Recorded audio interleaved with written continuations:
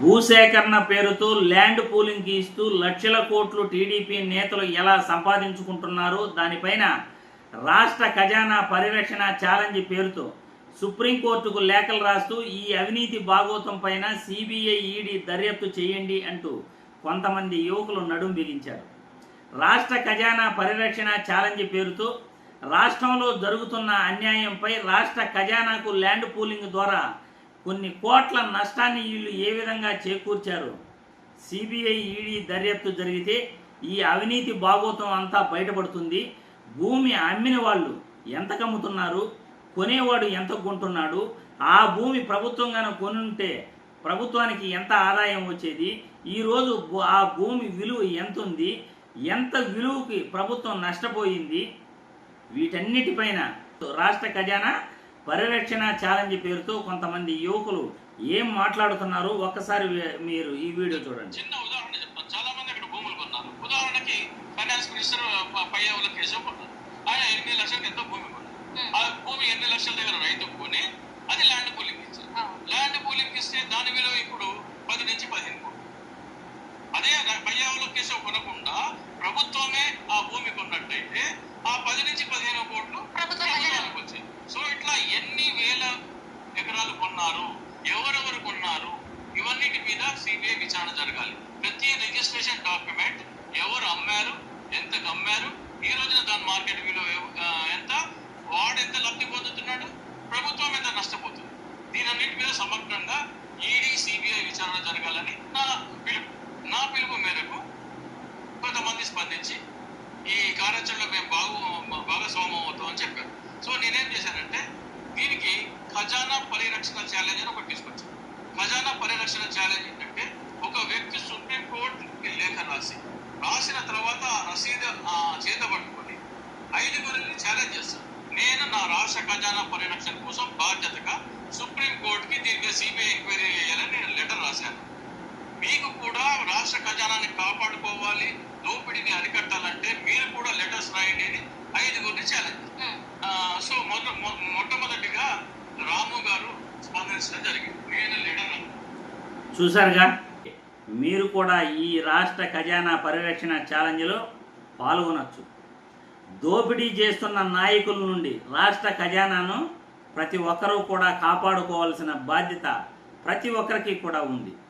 ఈరోజు కూటమి నాయకులు, ముఖ్యంగా టీడీపీ నేతలు అమరావతి రాజధాని పేరుతో ఈరోజు భూములను రైతుల దగ్గర చౌకగా తీసుకోవటం, దానిని ల్యాండ్ పూలింగ్కి ఇవ్వటం, ల్యాండ్ పూలింగ్కి ఇచ్చిన తర్వాత ఆ భూమి వాల్యూ అమాంతం పెంచుకోవటం, వ్యక్తిగత ఆస్తులు పెంచుకోవటం. అదే ప్రభుత్వం పేరుతో ఆ భూములు కనుక కొనుగోలు చేసినట్లయితే ఆ ల్యాండ్ పూలింగ్కి వచ్చిన తర్వాత ఆ ఏదైతే ఆస్తి విలువ పెరుగుతుందో అది ప్రభుత్వానికి ఆదాయం వచ్చేది. ఈరోజు అమరావతి రాజధానిలోనే దాదాపు 5,000 ఎకరాలు చంద్రబాబు వాళ్ళ టీంకి మొత్తం వాళ్ళ టీం చేత రైతుల దగ్గర కొనిపించాడు అని ప్రతి ఒక్కరికి కూడా తెలిసింది. మంత్రి నారాయణ భూములు కొనుగోలు చేశాడు, చంద్రబాబు కొనుగోలు చేశాడు, పవన్ కళ్యాణ్ కొనుగోలు చేశాడు, పయ్యావుల కేసు కొనుగోలు చేశాడు, పరిటాల సునీత కొనుగోలు చేసింది.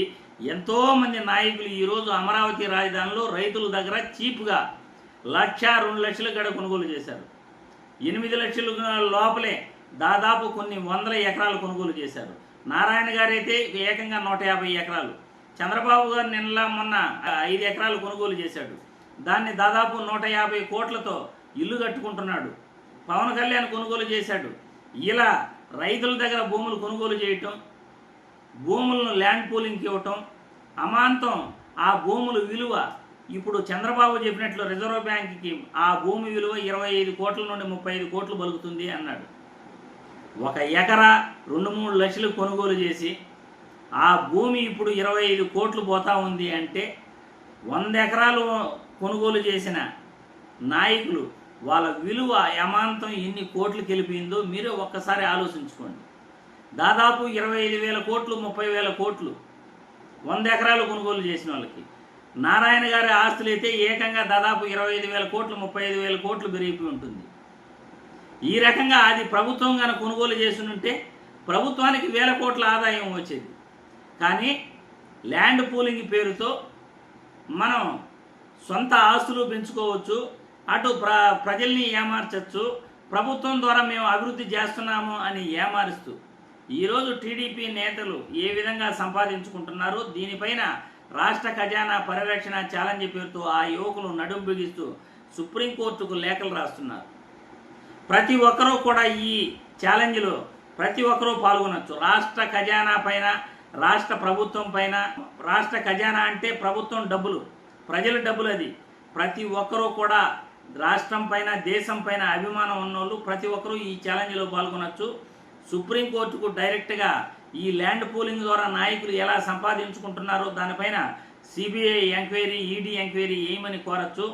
ఎంతమంది ఈ లేఖలు రాస్తే అంత త్వరగా సిబిఐ, ఈడీ దర్యాప్తు జరుగుతుందని ఆ రాష్ట్ర ఖజానా పరిరక్షణ ఛాలెంజ్లోనే యువకులు తెలియజేస్తున్నారు. కాబట్టి ఈ అవినీతి భాగోతం పైన మీరు కూడా ఈ యొక్క ఖజానా ఛాలెంజ్లో పాల్గొనాలంటే ప్రతి ఒక్కరూ పాల్గొనవచ్చు.